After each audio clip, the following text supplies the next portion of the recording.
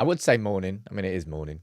Morning, everybody. How are we doing? Savvy United People's TV here to talk about the absolute obliteration that was that performance last night against Crystal Palace. It's way, way, way beyond the red therapy room we used to call this. Sort of ingest, putting glasses on, talking about the pains of watching Manchester United. And it's just got worse and worse and worse. And last night, I think, was in a season of plenty of low points, let's be honest, that was the lowest of points. You can see from the title of the video. Yeah, you can see. And this is me 3 days after watching Gary Neville's full interview with Erik ten Hag and just saying it just feels like I want to see Erik ten Hag in at the start of next season. And then that happens last night. All right? There's defeats. There's performances. And then there's losing 4-0 to Crystal Palace. Momentum is everything in football, positive and negative. And the momentum is a tidal wave against Erik ten Hag right now. And honestly, that feels like such a damaging result for him last night. Now, I'm going to run through everything, all right? I'm going to run through Erik ten Hag's post-match comments. We're going to have conversations around Casemiro. We're going to have conversations around the players. We're going to have conversations around INEOS and Blanc and Wilcox and the stats. We're going to try and speak through it all. You can put your head in the sand if you want. And I wouldn't ever be coming here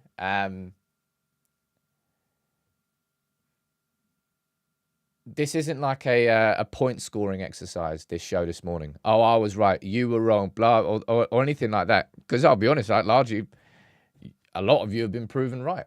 It feels like to this point anyway. I just go back to listening to Kendrick and Drake diss tracks and just enjoying that instead of watching Man United play. I think that would be more fun. Unless you're a Drake fan. Who's here this morning? Let's have a quick look. Gungshi, good morning to you. Carl and Alex, you're there as well. Josh, you're there. Klein, good morning to you. Nearly a full, well, plenty of mods here.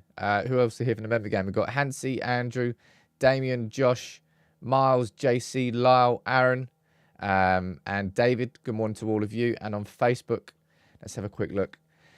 We've got Wayne, good morning to you. Kathy, Edred, James, Olugu, Mark, and Paul Martin. Good morning to all of you. Yeah, as I said, this show today isn't about like someone shouting, "Oh, look, I was completely proven right. Oh, you were wrong. Oh, you're a dickhead." It's like, it's just grim. This football club. Seriously, at some point.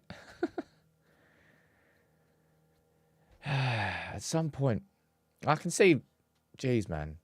Alex, you gifted 5. Gungshi, you gifted 10. And Mania, you gifted 5 memberships. Let's have a collective 20. Is this a Louis Van Gaal one? I can't remember what they are anymore.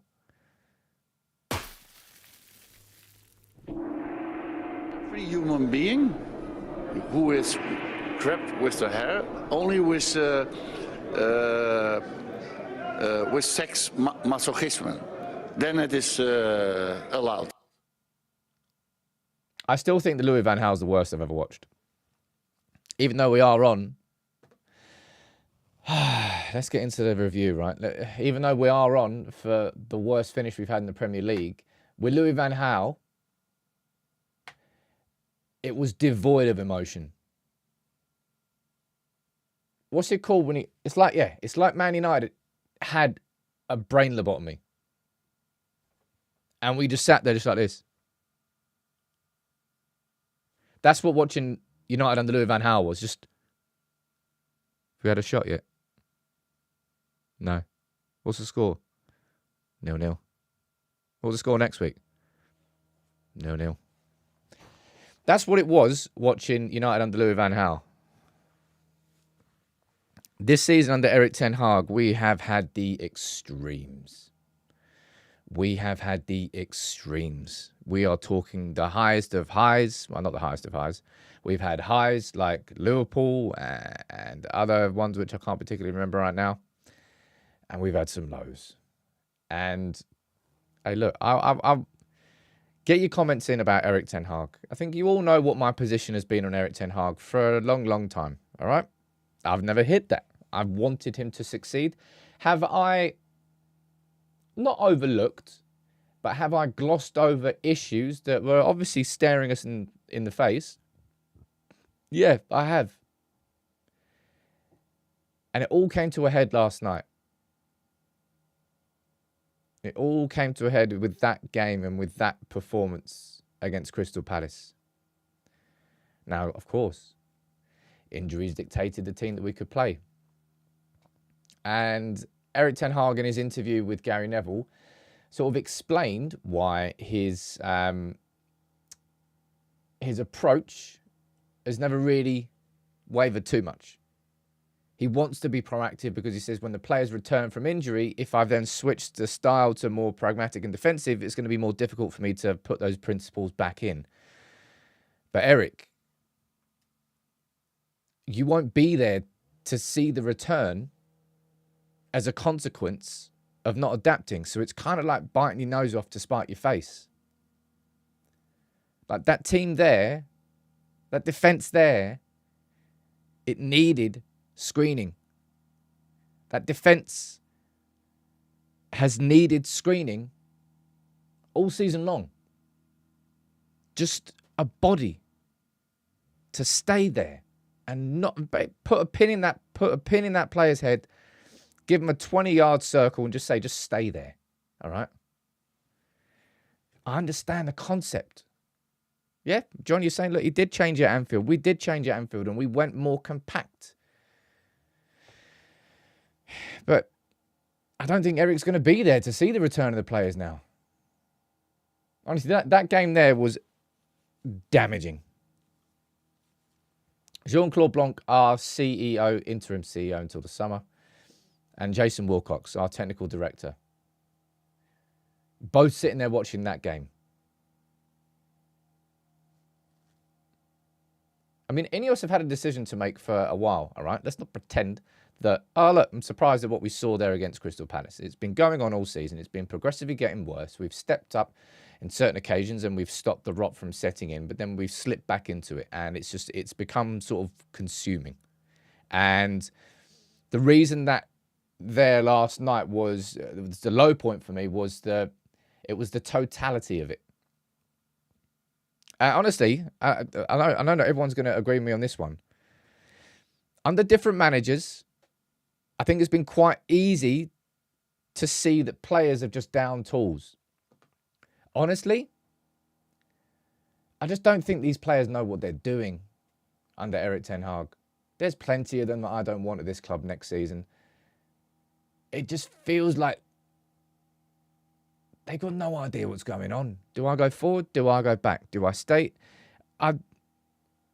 Could there be better application? Yeah, there could be better application, but it just feels like it doesn't feel like it's about down tools. It doesn't feel like players throwing a manager under the bus. It feels like players don't know which bus they're on. That's what it feels like to me. I'm going to read, there's a couple of super chats here, and then I'm going to read some of your comments out before we dive into some analysis here, as much as we can possibly do, because it's going to get a bit heated here this morning in the comments. It's going to get fruity, all right? Just try not to be too fruity. Nick, thank you for super chat, dude. What are you saying? The players lost belief in him. It feels exactly like that Wolves game. What you mean, Watford against Ole? I don't personally blame Ten Hag, but it's over and it's done. We're also breaking every negative record at this time. This can't continue like this. It's not about the records. It's the unwanted record. It's just about an overall feeling, and it's about belief. All right, belief is the underlying thing that will. And this might be a wrong thing to say. Probably the club won't do this because they're going to be using data and numbers and everything, far more access to a lot more information than I will have. But in my opinion, it was about belief. It was about, do I have the belief in this manager, in Erik ten Hag, that once the injuries are gone next season, once we have a good summer, once there's a football structure in place, that he can inspire these players to get back to that style that we saw there against Barcelona last season, and we can see that on a more consistent basis. I've lost a lot of that belief. And that's why the position in my mind feels like it does now. Marco, you're saying 7 out of 11 last night were his signings. I'm going to be speaking about the players a little bit later in the show. There'll be a whole section dedicated to talking about the players. I'm going to do it bit by bit. Alex, you're saying, I want him to stay, but he needs to show he can utilise the authority he asked for before INEOS arrived. The weigh-in should be refunded. Erik ten Hag's got authority right now. Well, inside the dressing room anyway. Oh, boy. Man, we got Arsenal next. Every time we faced Arsenal, maybe, no, at Old Trafford anyway, and I think it was when Welbeck scored. Was it the FA Cup when he scored? Like, it hasn't really mattered what position Arsenal been in. I think, correct me if I'm wrong, but when Rashford scored 2 after his debut against Midtjylland, we played Arsenal the weekend after, the following weekend, and I think they might have been top of the league when they came down, and then we still beat them. But I mean, this Arsenal team are going to come and absolutely... You're looking at probably the most defensively well-drilled team in Europe against, statistically, in terms of the threat that's allowed on the goal every game, probably the worst out-of-possession team in Europe. And it's those two going up against each other. Boy, oh boy. I mean, last night my prediction was 2-1. I didn't get that right, did I? We've got Semao saying, if you think INEOS will keep Erik ten Hag for any other reason than football, you are not understanding their job. What some people are suggesting, the only reason that Erik ten Hag will be kept on is because Man United don't have to pay him off. That's not happening. Erik ten Hag won't be sacked in terms of what the statement will say. If it does happen, right now, that's what it feels like. But if it does happen, it's going to be one of those mutual consent jobs, end of the season. It won't be him getting sacked. Let's go into listen to what Erik ten Hag had to say after the game, all right? This is what he said. Oh, apparently not. Why is my browser not working? Well, that's dumb as hell. For some reason, the sound of my browser just disappeared about... Well, that ruins that then. Never mind. Can't have a listen to what Erik ten Hag is going to say. You also can't listen to what Jamie Carragher is going to say, so I can get rid of that as well. Nice one. Technology failing this morning and some blokes cutting a hedge outside.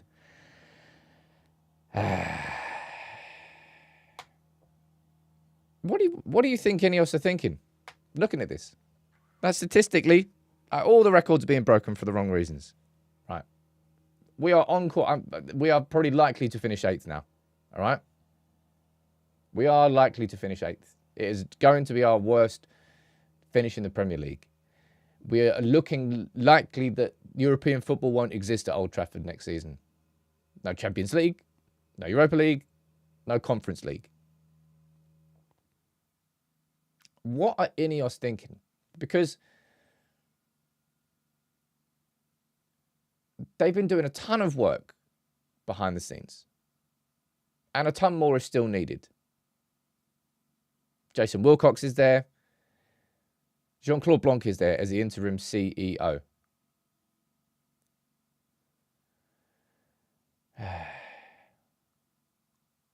And they're trying to return Manchester United to an elite football club. Elite performance, elite mentality, right? That's their driving force for the change.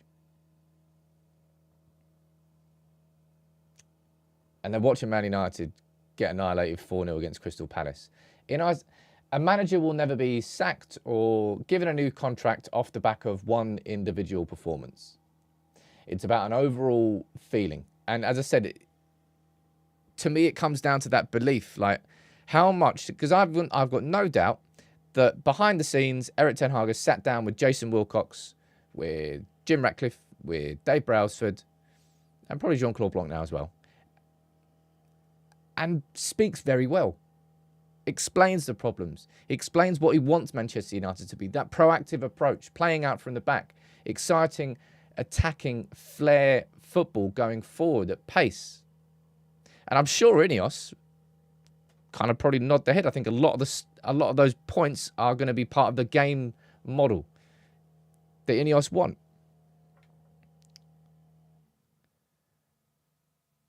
And then they're looking at this team and they're going, well, I know the injuries are there. But that performance there last night cannot simply be justified by saying that we didn't have the starting 11 that we wanted.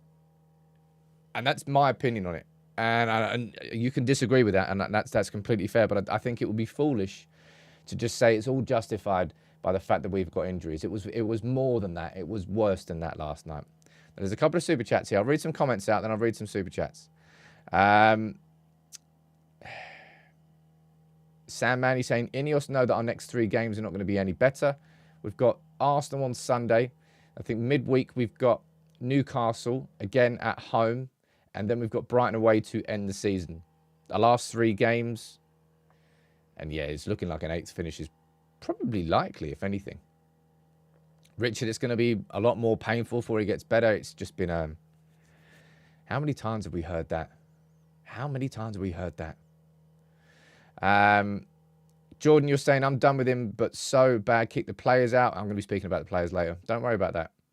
Darren, you're saying the movement between players both attacking and defending is the most concerning to me. How can this be the same coach that had Ajax team attacking with every part of the team? It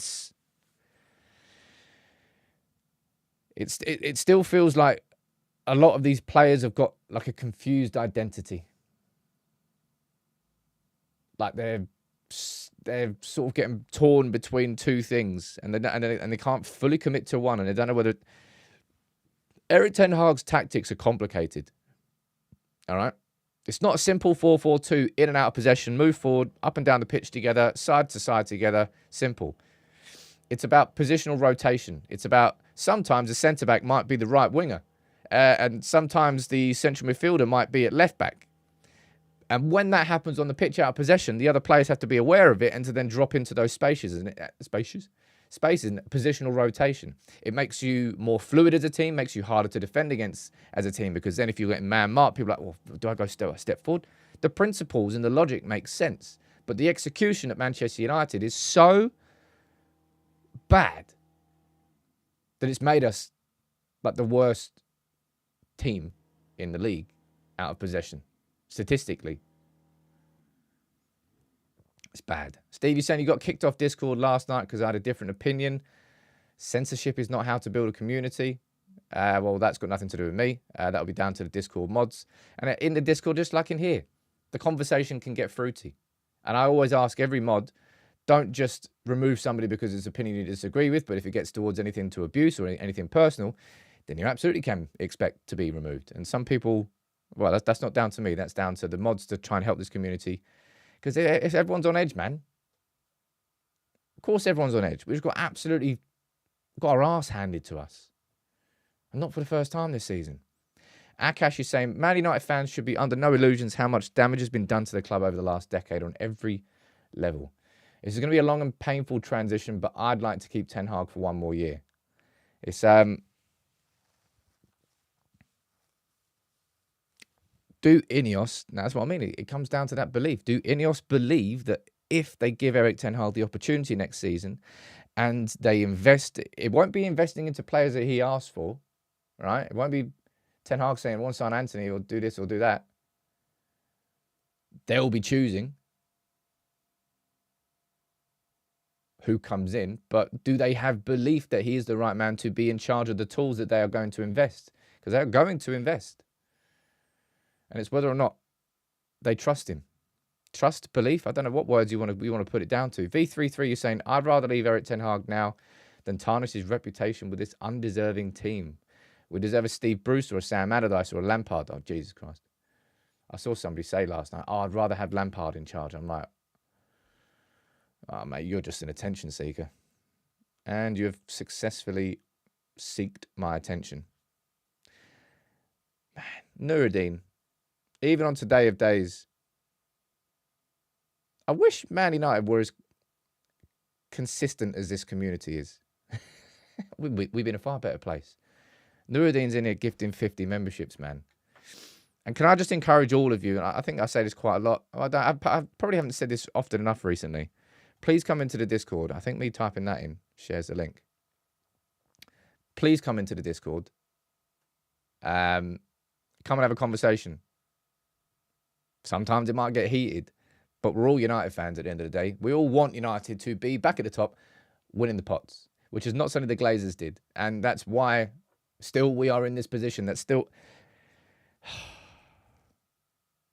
It's like, it hurts your brain, right? We've spent under 400 mil under Erik ten Hag, and still we sit here and look at a team and a squad which just seems so disconnected and so not fit for purpose after spending 400 mil. Man, the misappropriation of funds at this football club has been negligent. And that part, there's a lot of things that you can throw at Erik ten Hag. And yeah, it was his recommendation to sign Anthony. I don't think it was his recommendation to sign Casemiro. I mean, the Casemiro one, boy, oh boy, I got abused early this season when I was saying, look, man, it's not just about one individual performance. It's like you're just witnessing the downfall of a player who's now past it. And we're witnessing, and we have been witnessing, the downfall of a manager. Now, look, I had this, right? I did this video. I think I did this video a couple of weeks ago, didn't I? And I ran through, so I tried to be as objective as possible. And I said, look, well, these are all the reasons you could argue that Erik ten Hag should be staying, all right? And these are all the reasons, if you wanted to, you could argue that Erik ten Hag should be going. And I think there were fair reasons and fair arguments for both. And I still do. And it just depends on what side of the coin you sit. Is that glass half full or is that glass half empty? And a lot of it comes down to belief. A lot of it comes down to you believe or you don't believe that if you ride this storm, like we're in the middle of the Twister. Randomly watched Twister the other day. You know, you just turn the TV on and then like, a film's on. It just feels like you got to watch it. It's watching Twister. Anyway, it feels like we're in the middle of the storm. And some fans still have belief and trust that Erik ten Hag, if given the opportunity to exist at this football club until the end of 2024, that by the start of next season in August, once we clear some players out, once we get some transfers done, that Erik ten Hag, and once we don't have those injuries, that Erik ten Hag can return this team to what we saw, was it January, February last year, after the World Cup. That was the peak of Erik ten Hag's Manchester United, that 6-week period. And I've lost a fair amount of belief now that that's possible. Because what I saw last night was a team that really, really was devoid of belief. It wasn't that they were throwing their manager under the bus. It's just that they look spent. And maybe it's just the fact that we're going down towards the end of the season and nothing's there. But we've got an FA Cup final coming up, ladies and gentlemen. We've got an FA Cup final coming up. And of course, magic can happen in individual games, but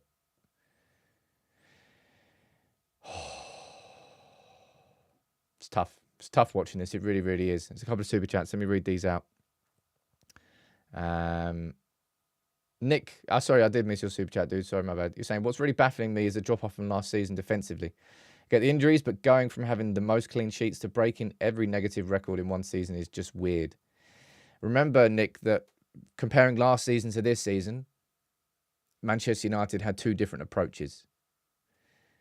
Being extra proactive, signing Mason Mount, switching to one number 6, properly trying to push the fullbacks on occasion, trying to operate with a slightly higher line on occasion, but going for the really aggressive high press, we played differently this year. It's left us a lot more open, and it's just not worked. It really hasn't. Nuruddin, what are you saying, sir? Saying, I've said it before, I'm calm. I know the squad and their performance is true to life. I still believe Erik is staying for next season and nothing changes. I don't think I can use the word calm to describe my feelings towards this team now. It's just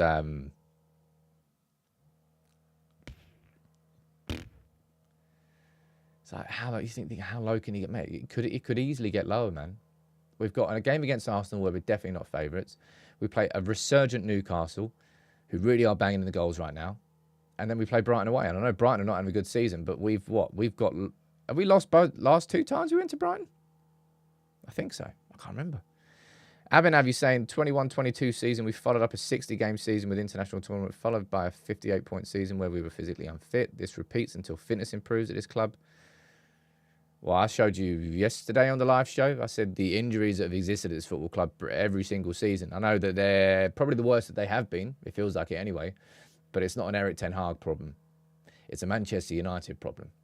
The common denominator is the players, not just the players that we've got, because so many players who existed under Ole don't exist now. But it seems like every player who comes in, the environment is still, it's just not conducive to elite level football. Marco, you're saying Erik Ten Hag can't even seem to make minor adjustments. That's a big issue. For example, Rasmus hasn't got service since he came, and I haven't seen this change. Winger, Bruno, and fullbacks never cross or look for him. There were times when that happened. When Højlund scored, 7 and 6? Man United were firing into the box. You remember that goal? Probably one of my favourite goals this season, I think, was against Wolves. And it was the tap-in that Højlund scored. It wasn't because it was the best goal in the world, but it's just, I've been watching us play all season, and there's been so much frustration. And in that game against Wolves, we had Martinez back. I think Casemiro was back. Luke Shaw was on the left. And it's like, oh, okay, that's our first team. Or maybe we might see a difference. And we went on to play probably still the best 45 minutes that we've played this season. And we scored 2, and we should have scored 4 or 5. And that goal there, the one I'm talking about with Højlund, you know, where he was he's basically, it just kind of like, I don't know, like deflected off his knee or something. And then he's there like celebrating like a lunatic on the floor, face down on the ground. That was like a little overlap, a nice little run from Shaw, and he just, nice little cutback. The cutbacks that have murdered us all season.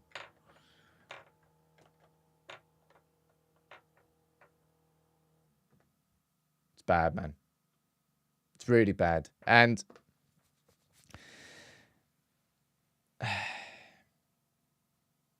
Bayern Munich, this is fresh reports from yesterday, by the way. It feels far more likely that Erik Ten Hag is going to be the last managerial victim of a Manchester United that doesn't have a footballing structure than he is to be the first manager under INEOS to be given the opportunity to work in an environment which actually has the ambitions that a manager would have. That's just the feeling it is right now. And that's not just a direct consequence in isolation of that game against Crystal Palace. But losing 4-0 and a humiliation like that, these games do have impact. They don't get forgotten. Of course, you see mad shit like this, and then naturally it's Sam Luckhurst. Disgracing the name Samuel. Jose Mourinho wants to manage United for a second time. Yeah, all right, lads. Yeah. Move swiftly on. Thank you very much. Right, let's answer some more comments. V33 saying, I was trying to say Erik Ten Hag is a good manager if you've witnessed his 5 years at Ajax and what he's trying now. These clown players can't absorb and execute. Now, partly I agree on that. You know what I think about the technical flaw of Manchester United? It's bottomed out. We need more technical players. But Erik Ten Hag, well, we're in his second season. He's had 2 summers. Injuries have sort of stopped any possibility of real progression this season. But Erik Ten Hag has not battened down the hatches enough. And he's explained why he did that in that Gary Neville interview, about the fact that if he removed, in his eyes, the proactive approach and shored up the defence, the players would drop into habits that he would then have to coach back out of them when the players returned.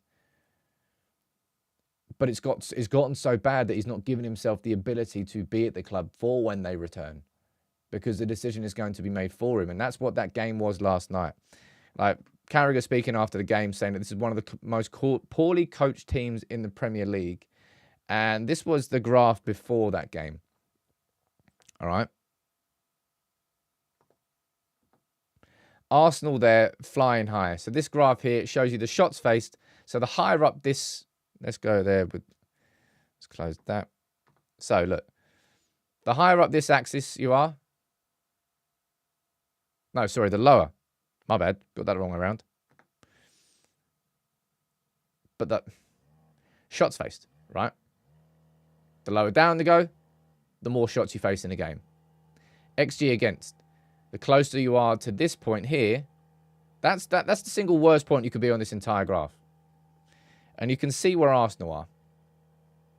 They hardly face any shots per game. No, geez, I got this wrong. They've got a really low XG against per game, and they're hardly facing any shots. And Manchester United are down here, facing more shots than anybody, and only West Ham, I think Luton maybe, no, actually just West Ham, have a high XG against. Now, stats are not everything, all right? But we've all got the eye test as well. And just Manchester United this season. This is another important graph, right? The reason I'm showing you this one. Basically, in real simple terms, you want the yellow line to be above the pink line. Okay? Created threat and allowed threat against you. And you can see that the best it was that was under Ole, right? That was a season under Ole. I think. Was it there? 2020 when... No, it wasn't 2020 when... No, Solskjaer came in there. Anyway, this was definitely Solskjaer. And you can see here, look at the disparity between the threat that's on our goal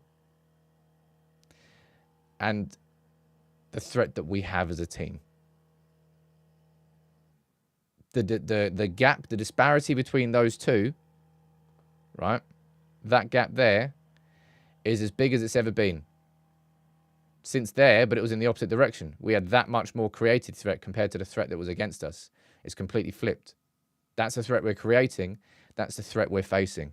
And all of these numbers, right? And all of this madness here, like where do you start with this?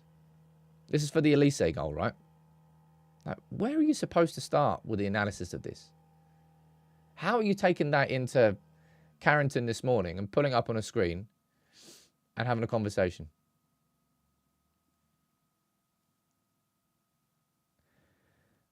It's really painful watching Casemiro. Really is. And that's what happens when you sign a player who's 30. You're banking on him maintaining that level. Despite the fact that he's coming from La Liga into the Premier League, despite the fact that he's coming from a team which has dominated the ball into a team which is going to have to do a hell of a lot more out of possession. And the shape is just disgusting. The shape is just completely and utterly disgusting. And we just got humiliated yesterday. And this is the thing, right? Erik ten Hag isn't encouraging these humiliations, all right? But he's just not doing enough to protect himself. Going into these games bareback. These players are. Well, these players are doing what the coaches are instructing, but... For one. I really, really, really doubt. I really doubt that Erik ten Hag is instructing Casemiro to lunge at the ball, to vacate his centre-back partner over here, and to lunge at the ball there and to just leave Diogo Dalot. Look at him now. Look at Dalot's position here. He's got one man there. He's got Eze there. He's got Mateta there, who's marked by Evans, and he's got Elise running straight at him. He's got absolutely no chance to defend there. All Dalot can possibly do here is retreat. Because if he engages in the same way that Casemiro does, well, just like game, set, match. But there's no way that he's asking Casemiro to lunge in there. And that's what Casemiro's been doing pretty much since he came to Manchester United. Last season, Casemiro was lunging. The difference is his timing was there. This season, he's been lunging all season. And he's been half a second off. A second off. 2 seconds off.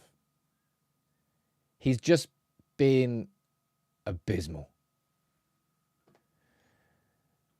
And then that's why we've now got to start talking about this, right? In fact, there's a few more things that I need to speak about. One of them is Nuruddin, who again, Nuruddin, man, thank you. I love and hate this job. I said this to the lads last night when we were covering the game. I said, I love and hate this job. I wouldn't change it for the world. But just this, I think it's the up and down nature of this season. The emotions they've been toying with us all, really, as United fans. Just when they think I'm out, they pull me back in. That's what it's felt like watching this United team and hoping for progress. Nuruddin, as I said, mate, thank you so much for gifting 50 memberships again. Just everybody, a gifted membership, what that is somebody from the community encourages you to come in to the members circle. That means you now got access to members area on Discord. So go onto the Discord, just connect to your YouTube account. You get 1 month free. It's a generous thing, man. It's an incredibly generous thing to do. Someone sent a super chat. Let me read that out. What is it? Oh, God, wrong button. Why did he not start with Amrabat? Mate, that Amrabat one is probably... I think the Amrabat one's the one I'm most confused about with Erik Ten Hag. Really am. I know that Amrabat's not the answer, right, at this point. I know he's not the best thing since sliced bread and all that jazz. But I don't get why why spend 10 million getting Amrabat in to just completely overlook him, like for anybody else, at every turn.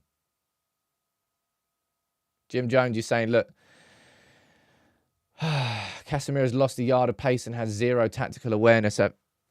It's not, mate. Casemiro has an abundance of tactical awareness. He is the most experienced player in that squad. He's won multiple Champions Leagues at the highest of levels. But it's just like, you know how Ronaldo refused to accept that his body was starting to slow. Mentality he still had up there was iron tight. But his body was a little bit behind him. And it created that frustrating blend. Casemiro's had big injuries this season, and he's come back in.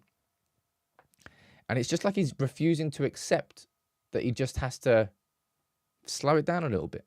Kick it down into second gear. And he's over-engaging at basically every opportunity. And I just refuse to think that Amrabat would come in and make this midfield look worse. Something that happened last night, I'm not sure if you saw it, but it was so easy for Crystal Palace to stop Manchester United have any concept of progression through the middle out of defence. All they did was Mateta, Eze, not necessarily Eze and Lisa, but anyway, they just blocked the central lane, okay? Kobbie Mainoo had like 2 players around him at any one point. And Man United, all we could do was go to left back to Wan-Bissaka. Wan-Bissaka at left back. Oh, God, man. Just hurts. Or to Dalot at right back to Onana. And Onana's mid-range kicking is so infuriating, man. We can never seem to find that little dink over, like Dean Henderson done it a couple of times against us. Maybe we just never have the player in space. Sod knows what it is. But we can never seem to like just do the little dink 20, 30 yards across to the fullback and then go from there. And it was so easy to stop United playing out from the back.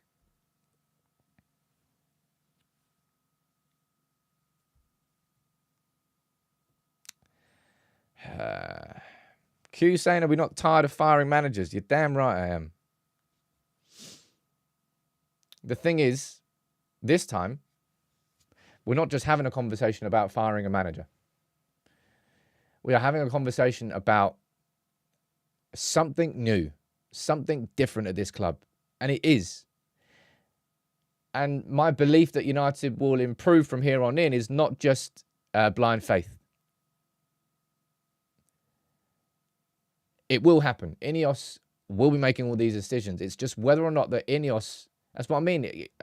For me, it does come down to that. Do INEOS trust Ten Hag enough that they are going to ignore the underlying numbers, that they're going to ignore the statistics, that they're going to ignore the humiliations and Man United's defensive record and where Manchester United lie in the league, that they are going to accept all of those as problems, but then go, but we actually trust him to execute our game model. We feel Erik Ten Hag is the right man for that game model. And that's the only question that needs to be asked. It's not about whether Erik Ten Hag should be sacked, because there's so many numbers here. There's so much evidence against him. It's ridiculous. It's whether or not INEOS believe that he will fit the game model and whether he's therefore deserving enough to be in charge of the keys when they invest into the squad. That's the question. That's the question that goes around with Blanc, with INEOS and Wilcox, because we are in 8th right now. And we're coming up for Arsenal next. I mean, Man United should be losing that game, and probably quite comfortably. I predicted United to lose last night. Unfortunately, it was proven correct. I would definitely be predicting Manchester United to lose against Arsenal as well. Of course, that could change. But physically, what's going to change between now and Arsenal? We know that Maguire's out. We know that, and this is a big thing, man. Right? It's a huge thing. I don't have any pictures of players up here for some reason, but last night, and you know, people have loved doing this all season long, pointing at individuals, going, "You're the reason." Rashford wasn't in that squad last night. Bruno Fernandes wasn't in that squad last night. Scott McTominay wasn't in that squad last night. Harry Maguire wasn't in that squad last night. And still, in fact, the performance was worse. We had no creativity whatsoever without Bruno. And honestly, that nothing will ever confuse me more than how United fans have treated Bruno Fernandes. It's the way that so many United fans have acted. It's like you're a secret scouser. It's like you're a Chelsea fan and you want to see your players foul. And instead of looking at all the good stuff that he brings to the team, you just focus on the negatives. And that's what so many United fans have done with Bruno. But last night just showed it's not down to individuals. It's not down to scapegoats. It's down to underlying overall team performances. And that goes down to the coach. And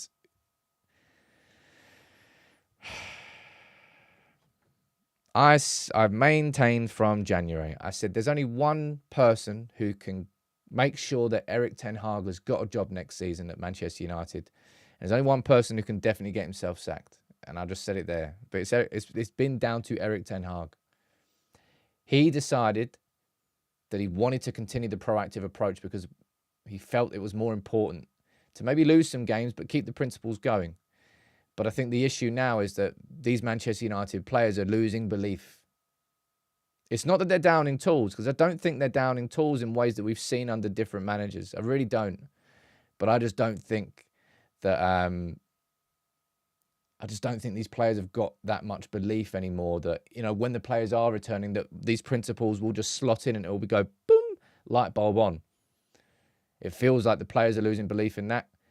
And I'll be honest, I've lost faith in that. And you just said down there, you've lost faith in Erik Ten Hag in the squad. And it's kind of what it feels like there. And I didn't want to sort of brush over it because I was mid-conversation there. But Dean, you've gifted 50 memberships as well, man.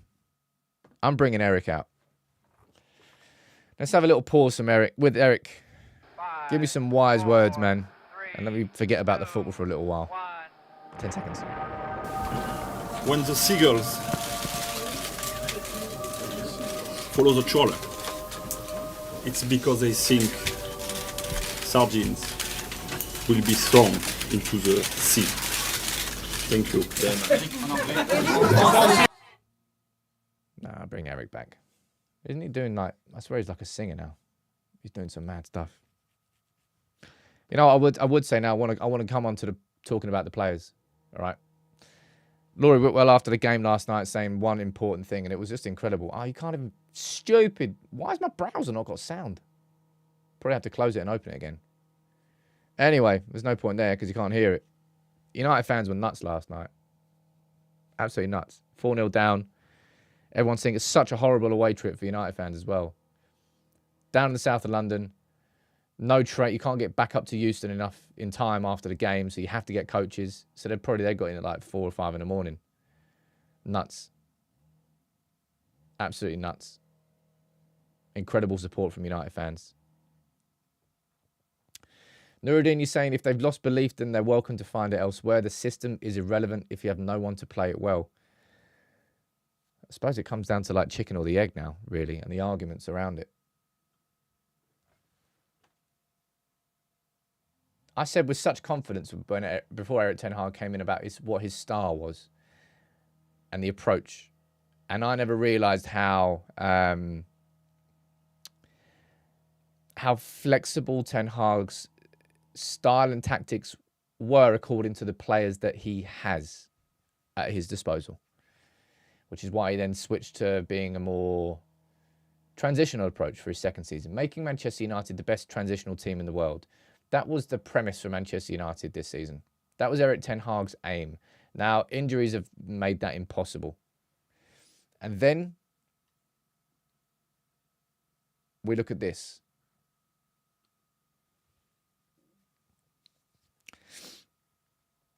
And I suppose I'm kind of being a bit of a hypocrite here when I'm saying that there aren't scapegoats. There shouldn't be scapegoats.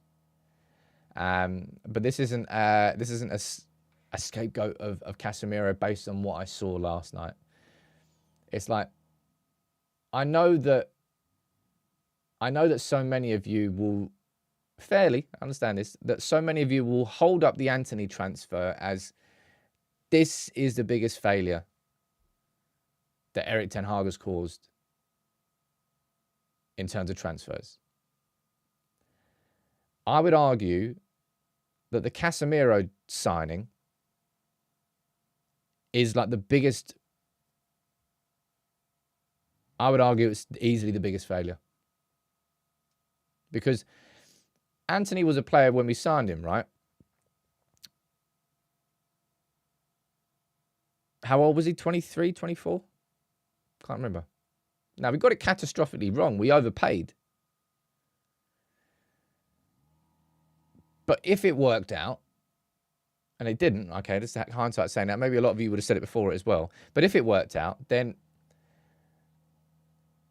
well, maybe you can justify paying that amount of money for that age of player. Was he 21 when he got signed? I don't know how old he was. But Casemiro, we went from chasing... So Antony at 21 kind of is the point I'm trying to make here. Like, even if you get it completely wrong, you'll be able to sell him. Not for as much as we paid him. We massively overpaid. But Casemiro was £70 million on a 30-year-old player who in no way, shape or fucking form was ever an alternative to Frankie de Jong. And that signing there is just indicative of a club which has absolutely no plan whatsoever. No long-term structure and plan exists at a club where Casemiro gets signed for £70 million. None. Absolutely none. And it's just like that there is, for me, is the worst signing. because 12 months after, as I said, like last season, we were all heads in hands because Casemiro got a yellow and was suspended when we played Arsenal next at the Emirates. It's probably a lot of United fans that were hoping that Casemiro would be suspended for the game against Emirates here. Ross, man, like, get in the bin. Like, Erik Ten Hag signed up on all these transfers, full control. It's true, but it shouldn't fucking exist. That setup should not exist at a club like Manchester United. It's boring to argue. It's so dumb. When there's nobody in the club that you can trust. See, look, Casemiro wasn't an Erik Ten Hag signing. It was John Murtough going, don't worry, lads.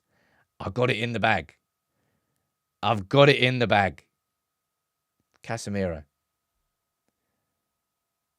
And it'll give everyone a hard on for a little bit. Yeah. It probably will, and it did.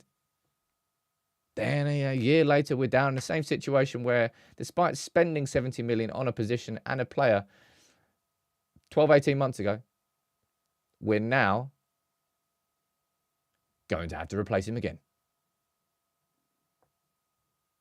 Yeah, fair play. That Casemiro, goody, good morning. It was basically played 70 mil for goody morning. And it's a shame. It really is. I'm not enjoying watching his downfall. But it's ridiculous. Stephen, you're missing the point here. You're saying Antony's the worst by a mile. In terms of return on investment and X, Y, Z, but in terms of the principles of the signing, you're spending £80 million on a 21-year-old. It's not worked out, all right? And people would say correctly that we overpaid for it at the time. But the energy there, is a lot of it is capped in hindsight. Whereas spending £70 million on a 30-year-old player from Real Madrid has about 15 more red flags before the signing than Antony did. Now, neither of them have worked out.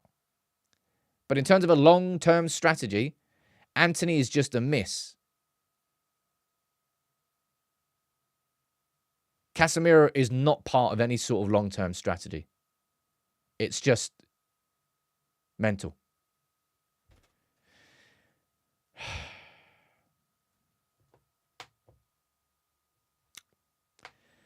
Boy, oh boy. Let me try and read some comments out down here. I'm hot as hell. It's nice outside, apparently. Shahinor, you're saying this. You're going to see accumulation of issues. It becomes a hard issue after issue.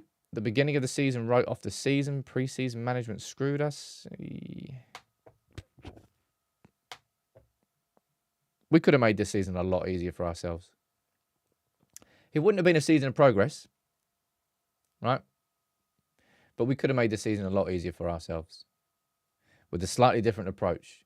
Would it have been pragmatic? Yes. Would it have been maybe reversing from where Erik Ten Hag wanted this team to be? Yes. But with the players that we've got at our disposal and with the current shape of our defensive record, Erik Ten Hag needed to be smarter. Would it be a delay in the process? Yeah, it probably would be. And I don't know. Well, it's not stubbornness, all right? It's not stubbornness. It's, you know, in the same way, I think I've said this to you before, in the same way that you've all got friends in life. Everybody's got friends. I hope so. But you understand who your true friends are when things are going wrong, when you're down, when you're out. That's when your true friends really come through. And when it comes to managers, it's all brilliant when it's all rosy and it's working well and it's perfect and everything's hunky-dory. But when things are going wrong is where you really see the character of the manager, like the underlying principles that hold them together as a person and as a manager. That's where they really come to the surface. And Erik Ten Hag has been steadfast in his approach to not reversing from the proactive start in his head. No matter how bad the numbers are, he has refused to, in the long term, we've done it in individual games. We did it away at Anfield. We did it, I think, away at Burnley as well. But he's refused to walk away from it. And that is on Erik Ten Hag. And that isn't something that can be justified by just explaining the injuries. And it's not a knee-jerk reaction. It's not a flip-flop opinion. It's just that result there was so damaging that it will have an impact on what INEOS do. And if INEOS did have belief and trust that Ten Hag could be the man at the start of next season to be in charge of the squad, they would have lost some after that game last night, as they should. Now, I'm going to read some of your comments out from here, and I'll go over to Facebook as well. Halftime oranges. Used to love a halftime orange. One way or another, INEOS need to clear this up. Either back him or sack him. If he's the future, / if he's not, they need to make a statement of confirming up. Dude, I've been saying that for quite a while now. I think you all know this. I was sort of expecting it either way.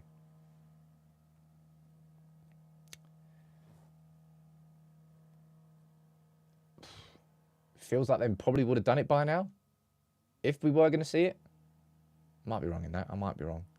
Alex, you're saying when INEOS Grenadiers team failed at major races, Brailsford didn't sack the coaches. They rebuilt the team, riding the systems and rewrote the processes. INEOS Grenadiers is not Manchester United. And I know we can take lessons from what they've done elsewhere, but this is Manchester United.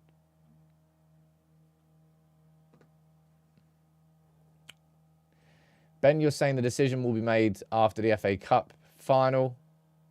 Salim, you're talking about the Arsenal game.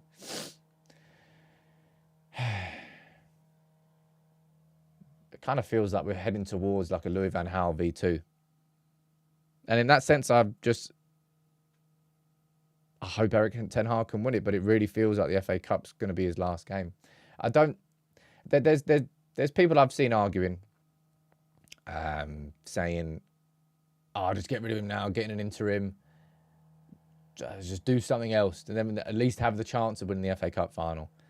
People are like, "Oh yeah, bring Solskjaer back in for one game." And I'm like, man, that would be the most unfair thing in the world to do to Ole Gunnar Solskjaer. But as long as you feel better, right? Cool, yeah, good. But it's just like I'm looking at United team after last season, after having some, don't know what I'm doing there, shoving the mic in front of my face, but after having genuine belief that we could finish second this year, right? Honest to God belief. I don't think I was in fantasy land when I said that. I genuinely had belief that we could finish second this season. Champions League quarterfinals, I said.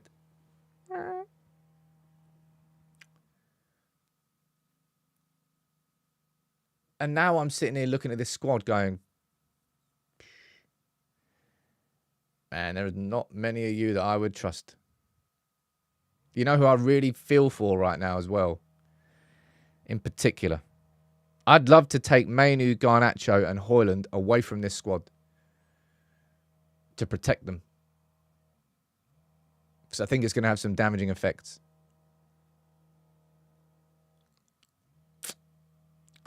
Pete is saying, I think we overachieved last season. It got into our heads.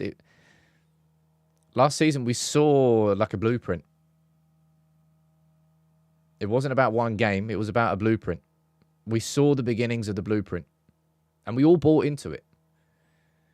And what we didn't expect is for that blueprint to sort of be pushed to one side and for a new blueprint to be put down.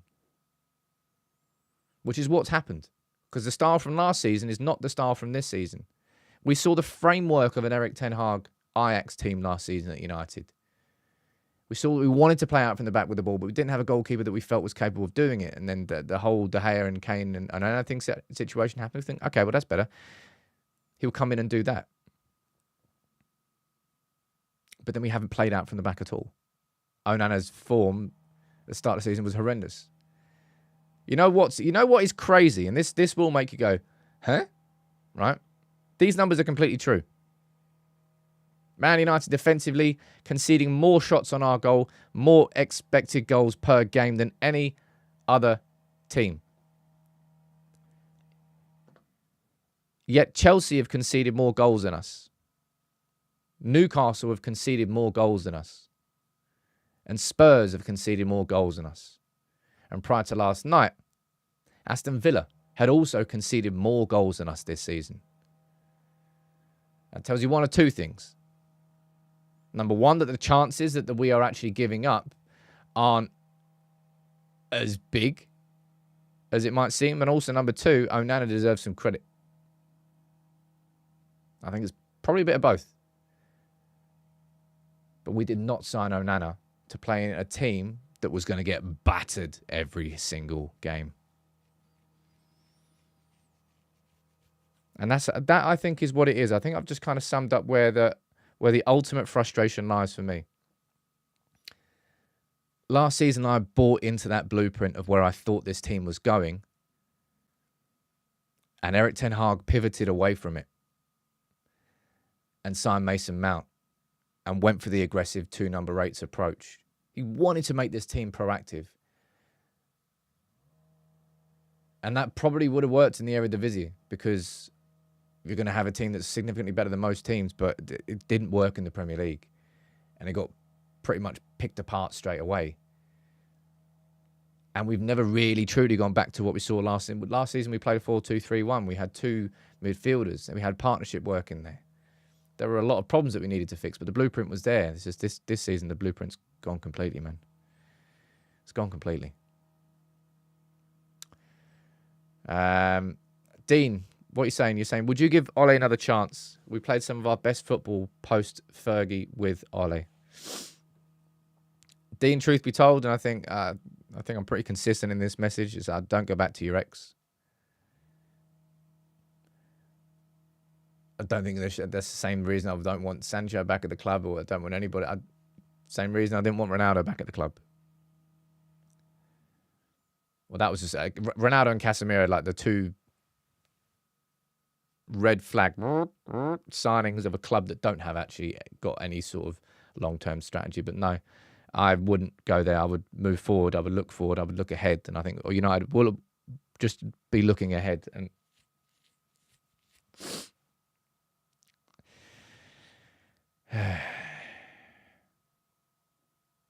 I just don't think that Erik ten Hag is going to be given the chance now. And I think the only person responsible for that... No, that's unfair. He's not the only person responsible for that. There are a ton of mitigating circumstances, but he has just not helped himself. It's like he keeps spanking himself in the head with a cricket bat. At every possible turn, he's hitting his head against a brick wall. Any opportunity to sort of give himself a yard, he punches himself in the face. Any time to give himself a little bit of leeway, he punches himself in the face.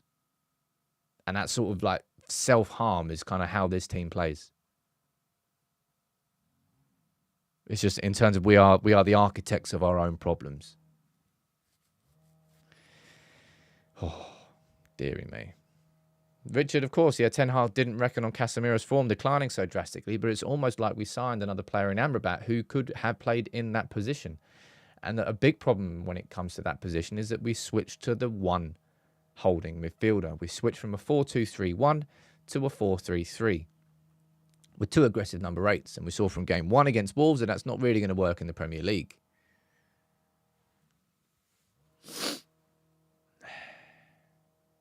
And Stephen, you're going down there a bit being stubborn. I don't think it's about being stubborn. Or maybe it is about being stubborn.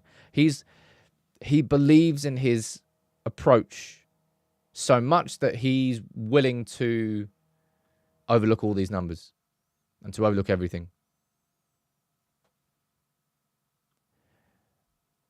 I very much doubt INEOS have got that much belief in him, that they are going to be willing to overlook everything and just go, you know what? Good. There is still a chance that Erik ten Hag stays next season. There is. All right, with all the stuff going on behind the scenes at this football club, there is a possibility of that. But I think that possibility is just diminishing game by game.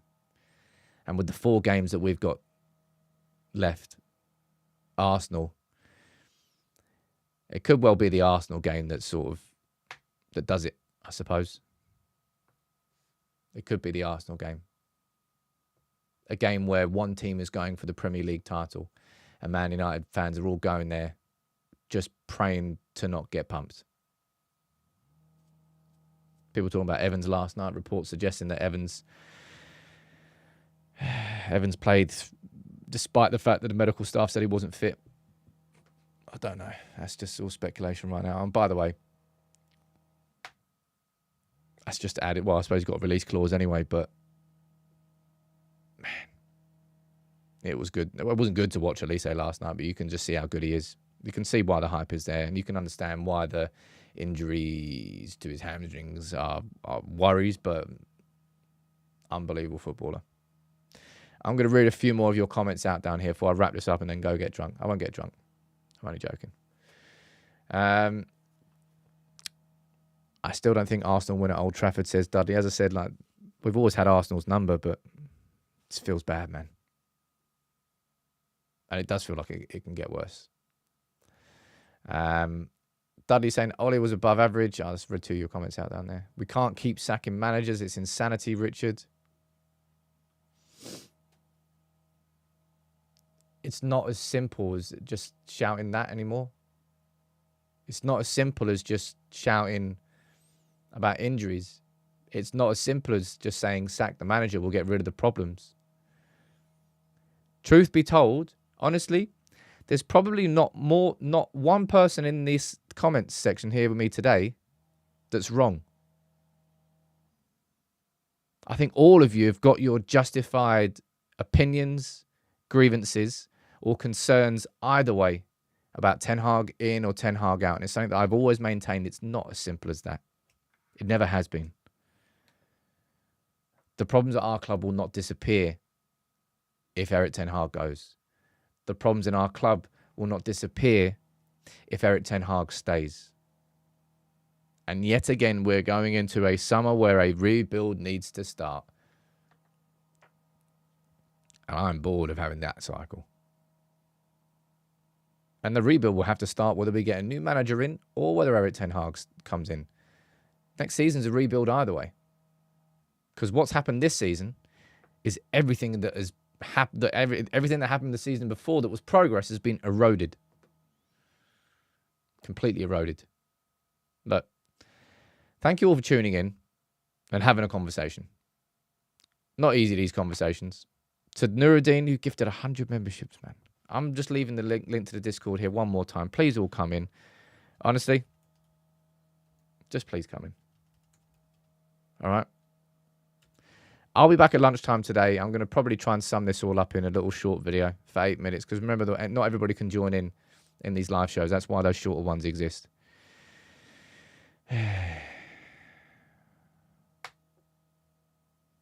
Football. Actually, no, it's not football. Just United. Bloody hell indeed.